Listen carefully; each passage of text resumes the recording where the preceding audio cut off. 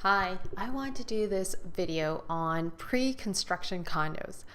Now, if you ever thought of wanting to buy pre-construction condo as one of your first investments or maybe your next rental property, well, I've got a few things to tell you. Now, it's a very special investment. It's actually riskier than buying a house or an apartment that's already built.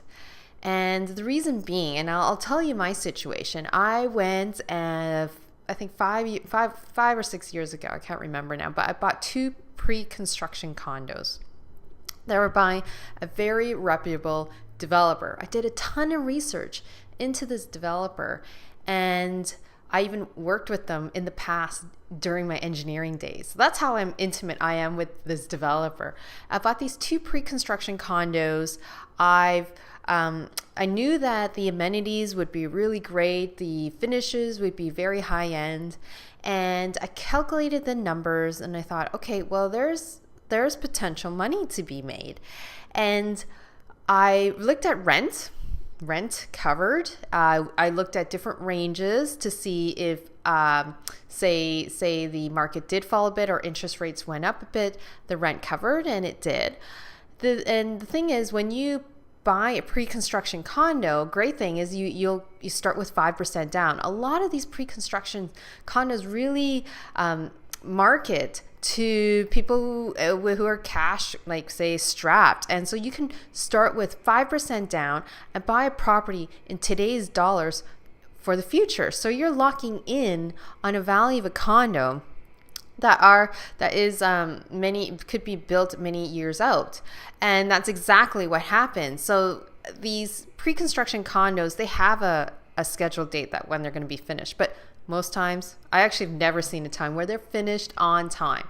So you got to consider that when you do put a down payment, because they're going to ask a down payment 5%, and then another 5%, and another 5%, another 5%, all the way up to 20-25%, depending on the type of developer. And this is over a series of years. So you are strapping your cash for many years before the building's even ready. So consider that as, do you want your money locked up for that long? It could be 2 to 3 years, 4 years sometimes, depending on how fast they are with construction, and before you put a renter in. So if you're using a HELOC to do that, which I did, then you're paying interest payments on that, and or equity, and so you're paying interest payments. So are you ready to do that? Other thing is, when you buy a new pre-construction condo, you're also paying HST. If you plan to rent it out after a year, you can get the HST back, which is no big deal, but that's another chunk of change that you're locking in, and you won't get back until a year after, or maybe 6 months after you get a renter in. So there's a lot of things to consider. It's definitely a riskier investment. I wouldn't advise anyone who's starting out to go and buy their first or their next rental property as a pre-construction condo. If you think of the number of variables that can go wrong, there's quite a bit. Schedule could be delayed. Developer could be not that great. And in the future, you have no idea if, say, 3 years down the road or 5 years down the road, if the neighborhood's going to change as suspected. Maybe there's going to be a lot more condos in the area, and there's a lot more investors in the area. So you're actually forecasting quite a bit. There's quite a few variables that you have to speculate. And so all these stars have to line up. Say you did happen to buy in a great neighborhood, you know it's growing, it's trending, it's got transit, and you're in a city like Vancouver where condos are the starting property, and it tends to go up. Then maybe that's a based on historical analysis, and the developer is very good, then maybe that's maybe a stronger consideration. But I was in Ottawa, and these are all the things I'm learning, even as I go, that neighborhoods can change. Construction schedules always are delayed, and you don't know how many investors are buying in the unit. So how many pre-construction condos are being purchased by investors? Then that way you'll know your competition. Another thing buying pre-construction condos is that a lot of times you really have to ask if they allow, say, luxury rentals or short-term rentals, because in many buildings, they're actually condo/hotel conversions. So they're operating as a hotel with 1 or 2 floors. And if you're an investor like me who's like thinking of all the different ways that you could protect your investment, you're saying, okay, if I rent it out at $1,600, it'll cover. But what if the interest rates go up? So then I'll think of, okay, maybe I could furnish it, make it into a short-term rental, maybe put on Airbnb. Yes, it's more work, but it will cover again. But then you forgot, did I ask if the building allows short-term rentals? And that's exactly what happened to me. In these 2 high-end buildings, they are hotel conversions. They don't allow short-term rentals. It has to be minimum 1-year lease. You have to send in your lease to the property management firm to even allow a renter to come in. Now, I don't want to scare you about pre-construction condos. I just want you to think of all the considerations. It's not as simple as buying a pre-construction condo, 5% down. Over the years, I put another 5% down. You're okay locking the money in for a few years and it's going to appreciate. And then you're buying it today's dollars and the price is going to go up a few years down the road. I mean, is that what's going to happen? Maybe if you're in a city like Toronto or Vancouver, but I don't know. You really need to understand the city and what's been in the past. And just because it happened in the past doesn't mean it'll for sure happen in the future.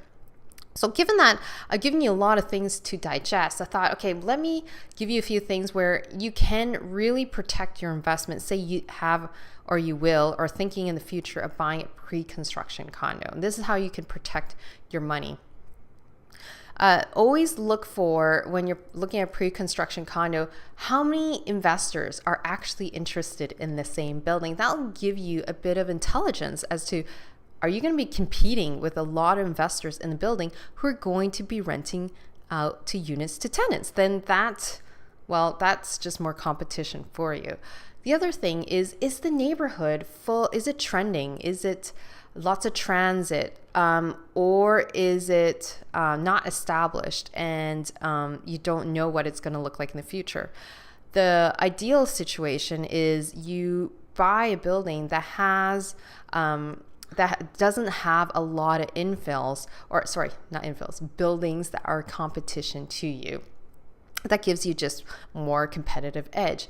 And what are the renters like in the area? So if you're thinking of the condo, think of what type of tenant you're attracting. Are you attracting students? Are you attracting young professionals? And is in the city, is it in the neighborhood? Are a lot of people used to not having cars, or do they have cars?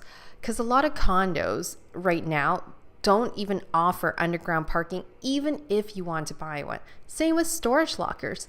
So in my situation, I bought 2 pre-construction condos. I was on a lottery system for storage lockers and for underground parking. So I couldn't even buy 2 underground parking spots and 2 storage lockers, even if I had the money, or even if, I did have the money, but when I wanted to, because it was on a lottery system. So I happened by lottery only got 1 storage locker for 1 unit and 1 underground parking in the other unit. And that makes it harder to sell in the future, because now I'm stuck with 1 unit where it only has 1 underground parking spot but no storage locker. I have another unit that has no underground parking and has a storage locker.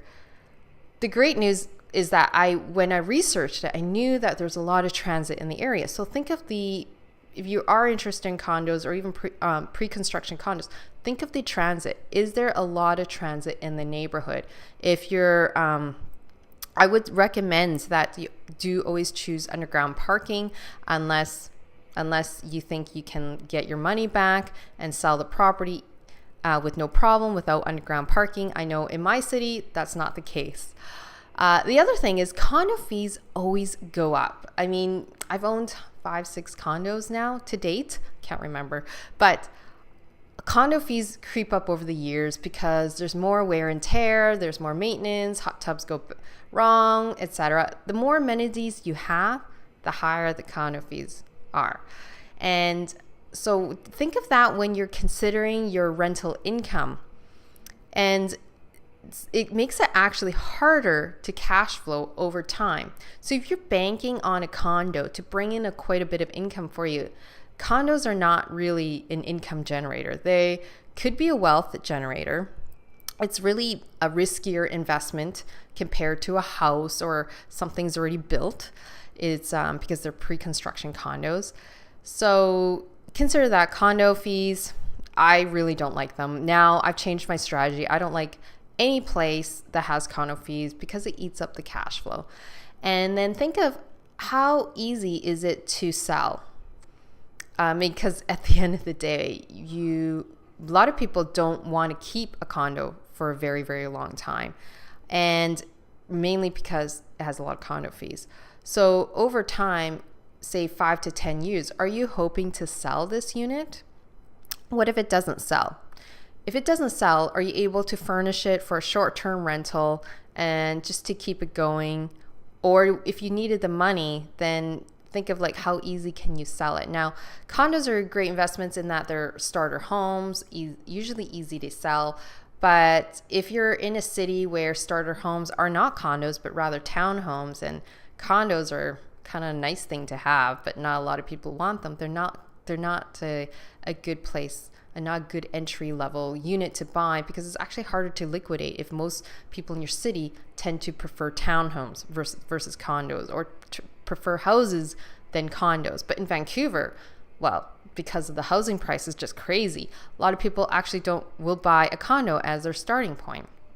And then another thing is, if you do enter a pre-construction condo, when you get an agreement and you sign the dotted line saying, okay, I'm going to put 5% down, that way I secure the unit for the next 3 years, always have a right to assign in your purchase and sale agreement.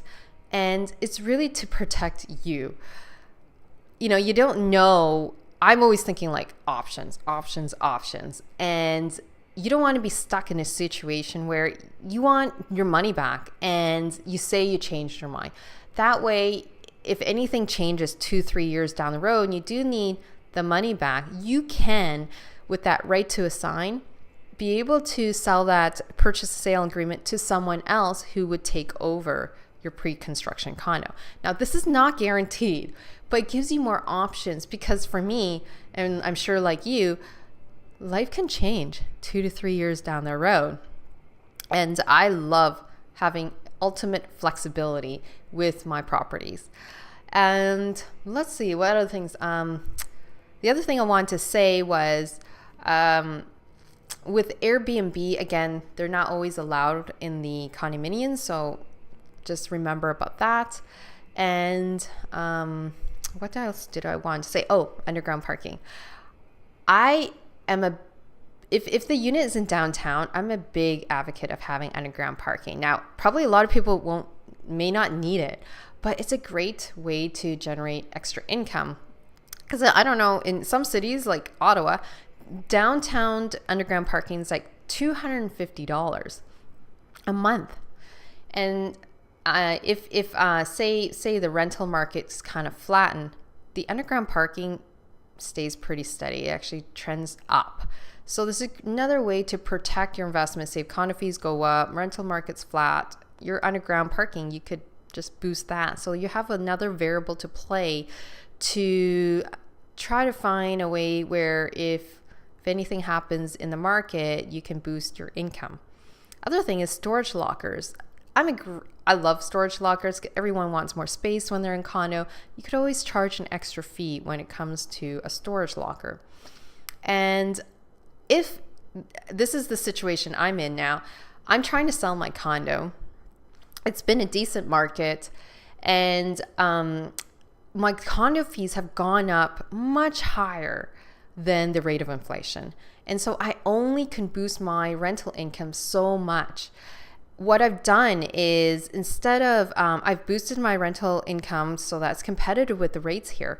Another thing I've done is increase the amortization, because my goal with the condo is not to keep it. It was simply just, oh, well, 5 years down the road, I'll just, if it makes a bit of money, that's great, and I'll sell it, and then I'll upgrade to another unit or buy another rental property. So my time has come up, and because the condo fees have gone so much, what I did is it started eating up it wasn't even break even at this point. So I increased my amortization because I had more than 20% down. I was able to increase amortization to full 30 years.